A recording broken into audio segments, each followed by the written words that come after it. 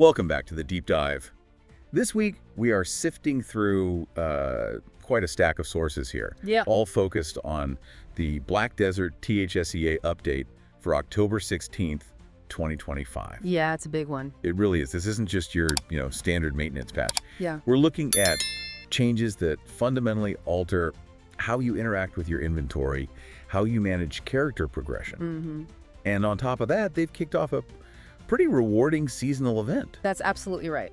Pearl Abyss, when they decide to do quality of life, they often go, well, huge. And this week really delivered almost a seismic shift in the enhancement ecosystem. Right. If you just sort of skimmed the patch notes, you could easily miss the long-term impact of what they've done here. So our mission today, as always, is to give you that shortcut, help you get properly informed on this update. We're going to break it down into, let's say, three main areas. Okay. First, the massive foundational system QL changes. It's all centered on really eliminating that inventory stress. Yeah, the big one. Second, we'll look at the crucial meta and balance shifts. This seems mostly focused on standardizing PvP environments, both on land and at sea. Interesting. And finally, we'll dive into the Halloween events. They look highly lucrative, so we'll talk about the structure and maybe how you should prioritize farming those event seals. Sounds good. The overarching theme here seems pretty clear, doesn't it? They're removing, years, maybe decades of inventory clutter and system friction. Yeah. The goal seems to be letting players spend more time actually, enjoying the game, especially with this high-value seasonal content running. Exactly. So let's start with maybe the biggest feature, the one that's going to save everyone, hundreds of hours of inventory management across their family, the enhancement overhaul. Okay, yeah, let's get into it. Okay, so let's unpack this. It really feels like the ultimate QL update, doesn't it? For years, enhancement materials, black stones, Caphras, shards, all that stuff. The dust of failed dreams, as you put it. Yeah. Yeah, exactly. They've been the single biggest headache, right? Inventory space, character weight. Yeah. It just forces constant trips back to storage. Inventory Tetris is like a daily thing. Oh, it was a huge source of friction, no doubt, especially for grinding. You'd fill up on stones way before you actually filled up on the valuable trash loot. So the solution they've rolled out is this new enhancement bag. It's specialized family-wide storage, and it's completely dedicated just to these enhancement components. And what's really striking about this bag is just the sheer scale of relief it offers. We're talking 192 slots. Yeah, 192. And this is the critical part, I think. It has no weight limit. 0 weight. That's the key. You can literally just cram every single black stone, every shard, every, accessory bit you own into this thing. No worries about being overweight, no clogging up your city storage anymore. It's more than just extra space, though. It fundamentally changes the flow of grinding. Items are apparently set to automatically deposit into this bag the second you pick them up. So imagine you're grinding somewhere like Histria or Secrea. Those black stones or like Origin of Dark accumulation drops, they don't even hit your main character inventory now. They just poof, vanish into the enhancement bag. It's instant massive relief for your main inventory slots. Okay, but let's, be critical for a second. Because not every QOL feature is perfect right out of the gate. This new system, it mirrors the family inventory in one specific way, doesn't it? It does, yeah. That's the trade-off. While the materials are safely stored away, you have to explicitly move them back to your regular character inventory if you want to use them for anything outside the main enhancement UI. That's the necessary friction point, as you said.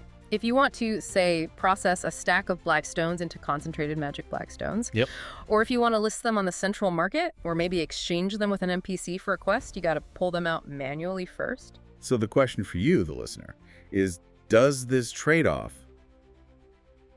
eliminating the headache during the grind, but creating this extra step during processing or selling, does it really feel like an ultimate QOL improvement? I think it does. I'd argue yes, definitely, because that inventory management during the grind, that's the most frequent pain point, the thing that constantly interrupts your flow. Yeah, I think I agree. Shifting that management burden from the middle of your grind session to when you're back in town processing stuff, that feels like a net positive. Right.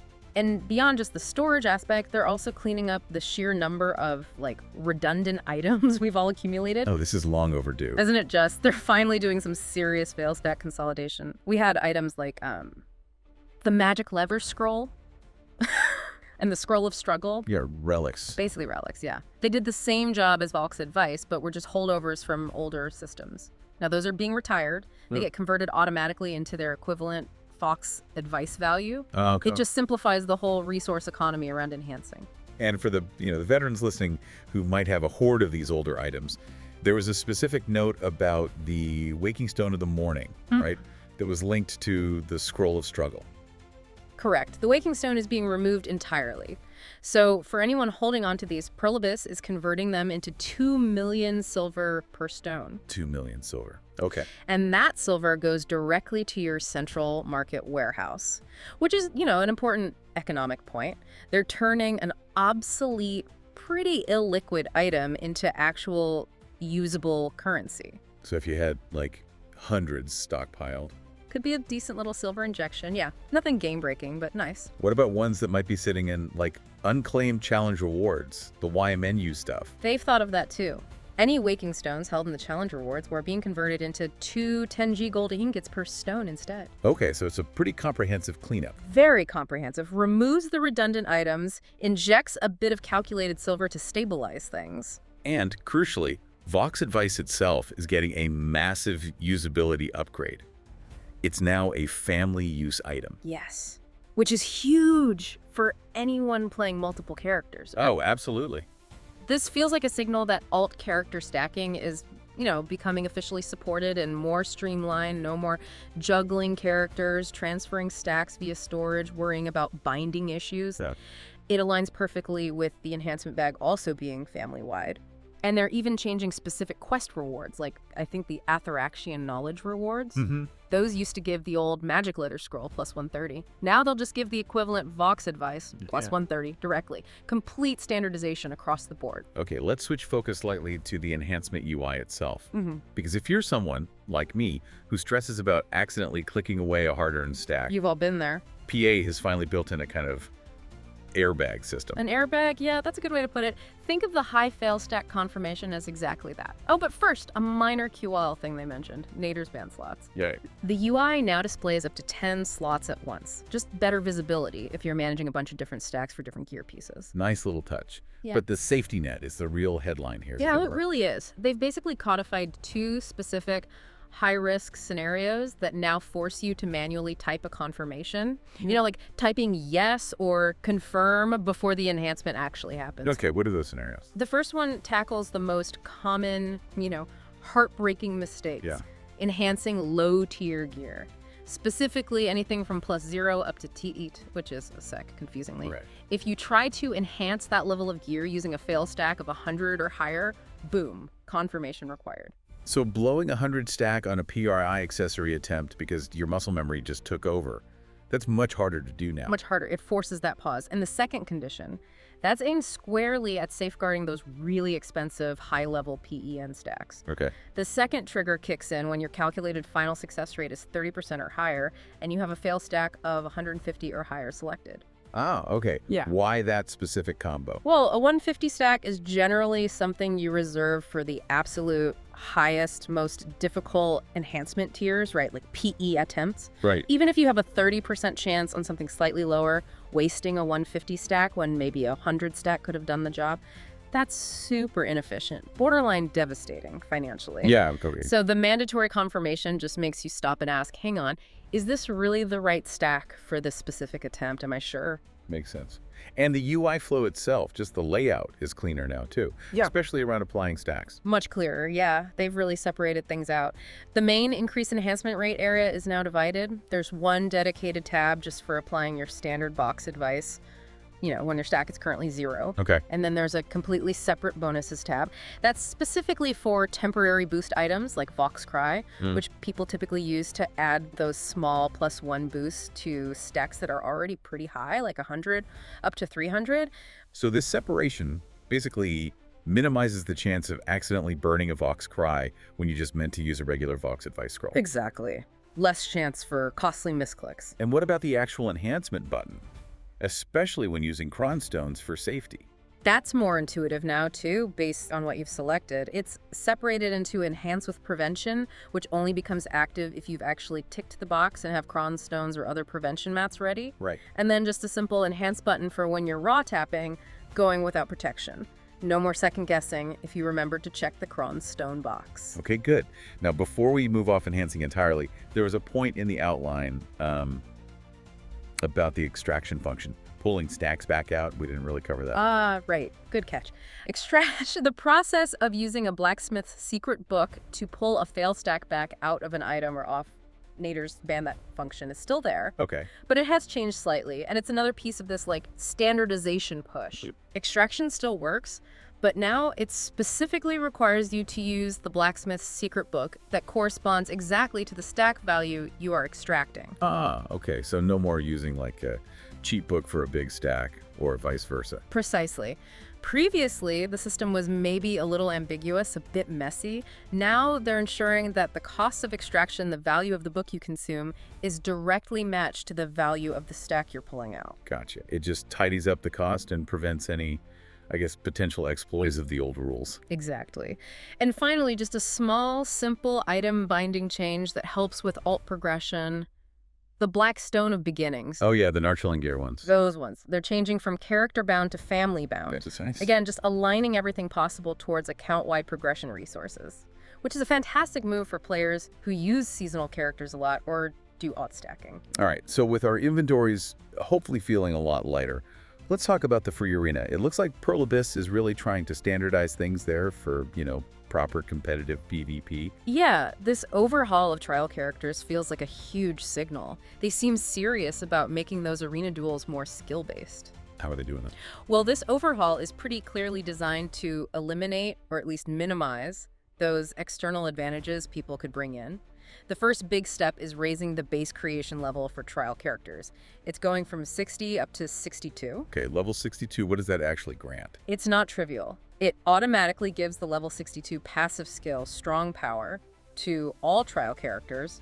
Both new ones and existing ones get updated, so it immediately bumps up the baseline power level for everyone in there. But the real standardization comes from what they're taking away, right? If the goals is pure competition. Exactly. They have to remove those elements that could give sort of hidden or unfair advantages based on your main account's progress. Makes sense. So to ensure that trial character PvP is based purely on, class knowledge and player skill, they've explicitly disabled a whole list of external buffs inside that arena. Okay, what's on the chopping block? It includes pet buffs. All pet buffs, even like QLL ones. Seems like it, yeah. Also, gem presets are disabled. The Dawn's Blessing buff you get from the Black Shrine, disabled. And the Millennium Wild Ginseng buff, also disabled in the trial character arena. Okay, I have to push back slightly on the pet buffs. Yeah. I get removing things like the Black Shrine buff or Ginseng. Those are clear stat advantages. But pet buffs, aren't some of those more QLL like inventory space or slightly better vision? Doesn't removing those maybe hit newer players harder or people who invested in pets for that convenience? Is that really fair for a standardized environment? That's a really excellent point, and it does create a bit of a dilemma, doesn't it? Yeah. I think the philosophy here, especially in a purely competitive instance PvP setting like the trial arena, is aiming for absolute parity. That means removing anything that isn't earned purely through combat skill on that specific trial character. Oh. So the consensus among the really hardcore competitive players is often that if pets provide any stat boost, even minor ones like combat XP gain, or things that indirectly affect combat like inventory weight affecting mobility slightly, they should probably be removed to ensure every single trial character starts on an identical baseline. Right. It signals that PA is prioritizing absolute competitive integrity within that specific environment over maybe some minor QOL conveniences tied to your main account. Understood. Okay, so it's strictly a competitive sandbox, not a QOL sandbox. Got it. Now let's talk gear. They're raising the bar for competition there too with this new Arsha III equipment. Yeah, the new standard is Arsha III. That's weapons, armor, and accessories. You get it from the NPC HUDs there in the free arena. But to really grasp the significance, you need context. Okay. The previous trial gear set, it was roughly equivalent to maybe, 300, 310 AP, and around 380, 400 DP, somewhere in that ballpark. Right. Sort of mid to high tier gear. Exactly. But to even unlock this new Arsha III set, you have to complete a quest called Trial Character Stronger Powers Proof. And that quest requires you to have a displayed total of 365 AP and 425 DP. Whoa, okay. 365 AP and 425 DP. That's a significant jump. That's like 50 or 60 gear score points higher as a baseline requirement. It is. It moves trial PvP firmly into the territory of, well, high-end soft cap or even slightly beyond soft cap gameplay. So the fights will feel more like actual endgame PvP. That's the idea. 365 AP 425 DP is a pretty potent gear score. Competitive duels should now feel much closer to real high-stakes node war or siege PvP damage outputs. It forces players to really master their class combos, their damage windows, their survivability, rather than relying on maybe the slightly lower damage profiles of the older trial gear. Makes it a much better training ground for actual competitive content then. Exactly. It's an effective way to practice for high-stakes PvP without risking your real gear. Okay, let's shift gears literally and talk about naval PvP. There are some very specific changes to the Swift crew member. Looks like they're balancing the sea environment, probably in preparation for that blue Battlefield C PvP system coming in November. Yeah, this definitely reads like a preemptive balance pass for Blue Battlefield. Yeah. The core issue they identified was with the Swift Crew's Force stat. What does Force do on a ship? It dictates the cannon attack range and also the knockback effect. And the problem was that the old Swift Crew's force value was so high that ships could literally fire from distances where the enemy ship wasn't even rendered on their screen yet. It basically turned naval combat into this weird, invisible sniper battle. Okay, yeah, that sounds incredibly frustrating and not very engaging. So what was the fix? Sounds like they needed surgical precision here. It was a heavy recalibration, focusing on two stats specifically. First, they just slashed the force value significantly. The base force dropped from 3% down to 2%, and the growth values were also essentially halved. Like, at level 10, the max growth used to be 6%, now it's only 3%.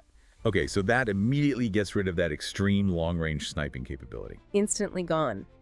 But, to compensate, they gave the Swift crew member a huge buff to vision. Vision, what's that in naval terms? Vision dictates the side angle, like the horizontal arc, that your cannons can fire within. Ah, And the boost here is genuinely massive. The basic vision value used to be tiny, like 0.2%.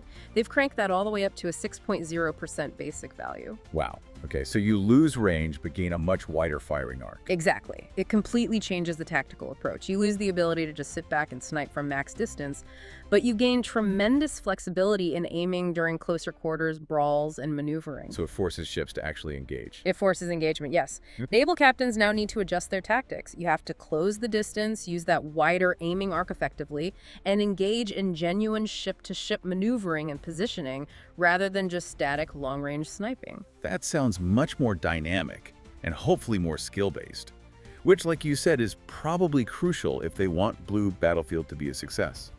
Okay, let's quickly run through the smaller but still important class fixes that affect combat fluidity.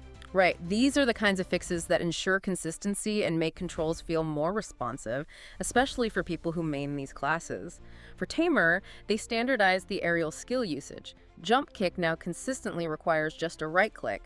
That kind of uniformity is really vital when you're trying to chain skills together quickly under pressure. And ninja players will probably be breathing a sigh of relief about the fix to that Ghost Shadow movement bump. Absolutely, using ninjutsu, Ghost Shadow combined with ninjutsu.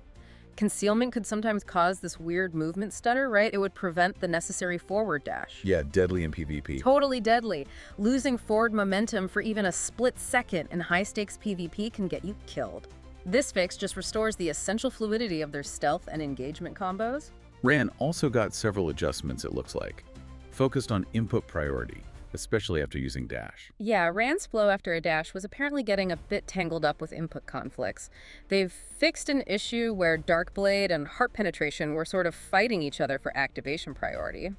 Now, Darkblade is correctly prioritized with just a simple right-click after dash, while Heart Penetration is properly isolated to needing the simultaneous left and right click input. Okay, so just cleaner inputs for reliable combos. Exactly, critical for consistent execution. They also fixed some follow-up glitches with Darkblade combos like Into Earth and Scar, and made sure the skill acceleration effect was triggering correctly on hits. Gotcha. And we also saw quick fixes for Wusa and Nova, something about invincibility and skill descriptions. Yeah, for Wusa, her Noble Stride skill needed its invincibility period during the cooldown phase fixed, just to ensure it's reliable. You really depend on those iframes in combat. And for Nova, it was simply cleaning up some misleading text. The skill description for Karshan's Bond incorrectly mentioned an effect that wasn't actually triggering.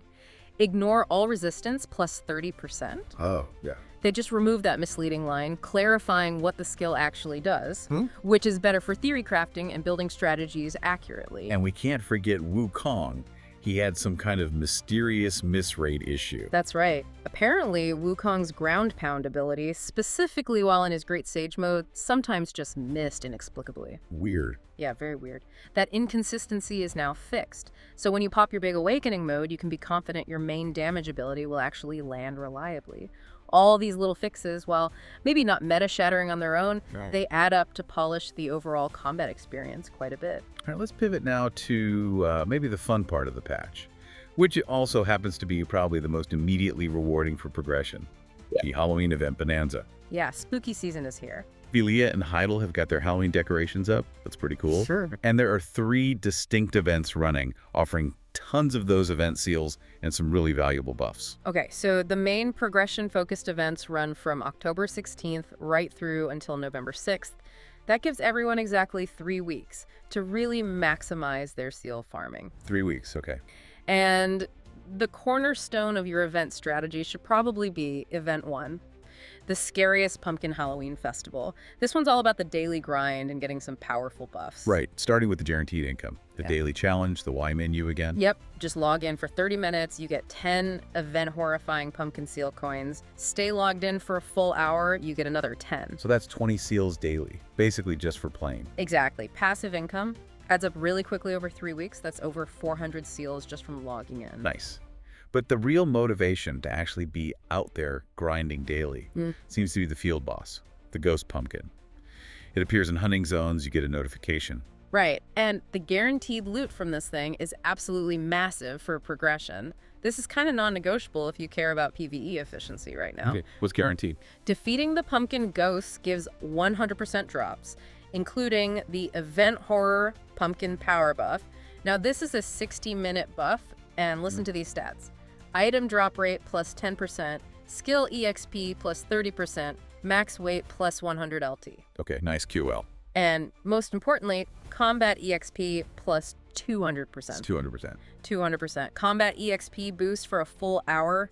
If you are still pushing towards, say, level 63 or 64, or even just leveling alts, this makes every hour you spend grinding with this buff active incredibly valuable. Wow, you got mandatory grinding buff for the next 3 weeks, basically. Pretty much. Plus, you also get guaranteed event horrifying pumpkin seal coins, sharp black crystal shards, 1 to 3 of them, and memory fragments, 3 of them, every single time you kill it. And there are chance drops, too. Yeah, bonus drops with the chance for really valuable stuff like ground stones in stacks of 30-50, Vox Advice ranging from plus 40 up to plus 60, and gold ingots. It's just a really efficient loot pinata. It really sounds like it. That combination of guaranteed progress materials and that monster EXP buff. Yeah. Yeah, this 3-week window is definitely a prime leveling opportunity. Absolutely. Now, Event 2 introduces a bit of tongue-in-cheek morality play. Angel and Demon appear. This kicks off with a Black Spirit quest, Event Marnie's new experiment starting in Velia. Okay, Marnie's messing with stuff again. Always. You start by going to Velia, talking to some villagers who are apparently showing signs of good or evil energy. Look for special symbols or smoke effects. You collect these energies for Marnie. Right, yeah. After that initial collection part, you face this one-time defining choice. You either choose the quest to defeat the angel, or you choose the quest to defeat the demon. And you can only pick one. Only one. Once you complete one path, the other is locked out for your family permanently. You get 15 seal coins for making this initial choice. Okay, but the fun part seems to be the weekly repeatable quests that follow, and the titles you get. Yes. This is classic Pearl Abyss dark humor, isn't it? After you make that initial choice, new weekly quests pop up, resetting every Wednesday at 23.00 DH time. Go. If you chose the path that leads you to summon the God of Good, which involved defeating the angel, you eventually earn the title, Humans Are Evil. Okay. Conversely, if you chose a path to summon the God of Evil by defeating the demon, you get the title, Humans Are Good. I love that. It's a wonderfully clever little twist, right? Implying your actions don't always line up with how things are perceived morally. Exactly. It rewards you for engaging with that narrative irony. And importantly, those weekly quests offer an incredibly powerful reward box. What's in the box? It's called the Event Box of Good and Evil Power. It's another huge progression accelerator. It guarantees 20 seals, plus sharp shards, memory fragments, Caphras stones, like 1 to 5, Kron stones, 10-15, and gold ingots. Wow, okay. So doing this weekly quest for the 3 weeks of the event guarantees what? Another 60 plus seals plus a massive pile of high-end enhancement materials. Exactly. Absolutely worth doing each week. And don't forget the super easy weekly QL quest 2, Trick or Treat, over at Bartali Farm. Ah, yeah, Emma Bartali. Quick one. Super quick. Just talk to Emma. She gives you a simple task, and you get 5 event-horrifying pumpkin candy baskets weekly. What's in the baskets? Each basket contains 10 seals, some basic enhancement stuff like blackstones, and crucially, a chance at really valuable high-stack Vox advice, like a plus 100 or even a plus 150. Ooh, okay. So that's potentially another 50 guaranteed seals weekly just for a quick stop at the farm, plus a shot at amazing RNG. Yep, easy seals. Okay, so we're accumulating a serious number of these horrifying pumpkin seal coins, potentially hundreds over the 3 weeks if you do everything.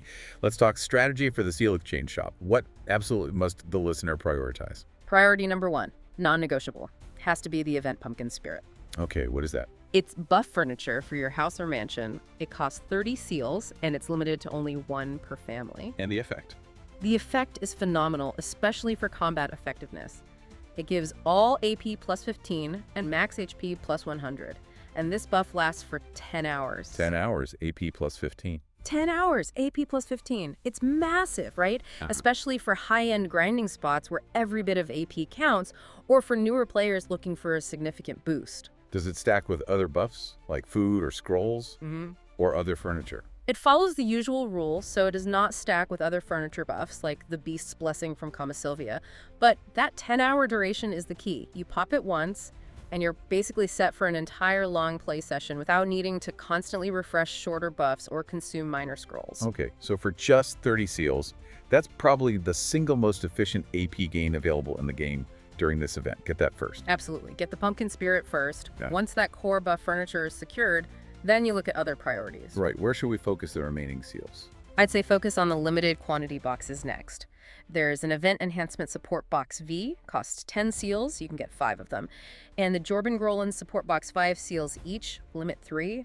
Both are excellent for fail stacking materials, so max those out. Okay, enhancement boxes first. Then what? After those, look at long-term investments like memory fragments. You can get 10 stacks of them for 5 seals each. If you're into life skills, especially horse training, then the mount training items are great value. The Garula's Swift Steed Selection Box, that's 15 seals, limit 2, and the Vehicle Skill Change Coupons, 10 seals, limit 5. If you train horses, these are a good secondary focus. Okay, makes sense. Yeah. And if you've bought all the limited stuff, all the mem frags, all the horse coupons you need, what do you do with truly excess coins? That's where the Cronstones come in. They're available for just 1 seal each, and the exchange is unlimited. Perfect. It's the perfect sink for any leftover currency, lets you stock up on essential enhancement protection. Great advice. Okay, finally, we have Event 3. This one's more on the creative side. Spooky Halloween Night Through the Eyes of a Pumpkin. Yeah, this is a fun screenshot submission contest. But note, the deadline is tighter on this one. It only runs until October 30th. Okay, 2 weeks for this one. What's the theme? The theme is basically to integrate one of the provided pumpkin templates, or you can even design your own pumpkin overlay into a Black Desert screenshot. The goal is to create the effect that you're viewing the game world through the pumpkin's eyes. Clever. Like a spooky filter. Exactly. They gave some good examples in the notes of what they're looking for, capturing beautiful scenery like sunsets or snowy forests, showing funny daily life moments like hunting with friends, or just being creative with character customization and posing. Yeah, I saw those example images with the little Jiangxi template wandering around. Those looked really engaging. Definitely. They provide 4 standard numbered pumpkin templates, plus those more unique Songkakshi and little Jiangxi options to play with. The most important detail here, though, is the submission requirement. You absolutely must use the prefix pumpkin in the title of your post when you upload it to the official screenshot video board. The classic PA formatting rule. Exactly. Forget the prefix and your submission will likely be disqualified, no matter how good it is. So pay close attention to that little rule. Good heads up. And the prizes seem decent too. Yeah, not bad. All participants who follow the rules get a couple of decorative items for their mansion or house, a Mansion Halloween pumpkin journey item, and an event familiar pumpkin decoration. Okay, participation rewards are nice. But the grand prize winners, they're picking 3 families. Those winners get a highly desirable pumpkin outfit box, which is always a popular cosmetic.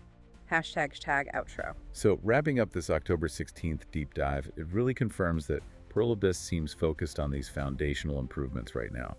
The big takeaway for me is that this patch, it's less about immediate class meta drama, big buffs or nerfs. Right, not a huge class shakeup this week. No. It's much more about major quality of life improvements seriously. That enhancement bag is a game changer. And this really lucrative seasonal content that heavily rewards daily participation with massive progression boosts. Absolutely. The sheer efficiency you gain from that 200% combat EXP buff from the Pumpkin Ghost, combined with the 10-hour AP and HP buff from the Pumpkin Spirit Furniture, it really can't be overstated. If you're looking to push character levels or just gather a ton of enhancement materials, the next 3 weeks are a absolutely crucial time to be active. My aha moment from this patch really centers squarely on that standardization of competitive play we talked about. The trial character changes. Yeah. The explicit removal of all those external factors from trial character PvP pets, gem presets, Black Shrine buffs, ginseng, it feels like a really strong declaration of intent. What intent is that, do you think? That they want that specific arena to be a pure test of skill. They're setting a high gear standard with Arsha III, they're stripping away all the outside advantages, and they're basically forcing players to rely purely on their class mastery and skill execution when they step into that ring. It provides a much cleaner measure of skill, which is definitely refreshing. Yeah. But let's close with that final provocative thought, maybe linking that PvP balance focus to another, quieter change that was tucked away in the patch notes. The World Boss timing adjustment. Oh yeah, I saw that. They changed the despawn timer. They did. We talked about the specific shift in naval combat, right? Yeah. From long-range sniping to closer-range brawling. But alongside that, they also condensed the World Boss despawn time. It used to be a fairly comfortable 30 minutes after they spawned. Right. Now it's just 15 minutes. Wow, okay. Cutting that window in half, that creates some pretty high stakes, doesn't it? It really does, and it raises an important question for you, the listener, to think about. Previously, that 30-minute window allowed for flexibility, right? You could finish up what you were doing, maybe work to the boss, deal with a quick distraction. Yeah, less pressure. Now, that condensed 15-minute window forces an immediate, almost hyper-focused decision when that boss notification pops up. So, the question is, what does this heightened pressure, this reduced time window, force players to sacrifice in their usual gameplay loop? What do you have to drop immediately to make it to the boss in time? And maybe more broadly, how will this new sense of urgency around world bosses, combined with that major shift we're seeing in naval balance towards forced engagement, how will all that truly play out when the high-stakes Blue Battlefield naval PvP system actually launches next month? That's a great question. Lots of interconnected changes, potentially creating new pressures and priorities, something definitely to keep mulling over. Perhaps while enjoying all that newfound peace and quiet in your inventory bags. Absolutely. Well, thank you for diving deep with us once again. We'll catch you next time for more analysis.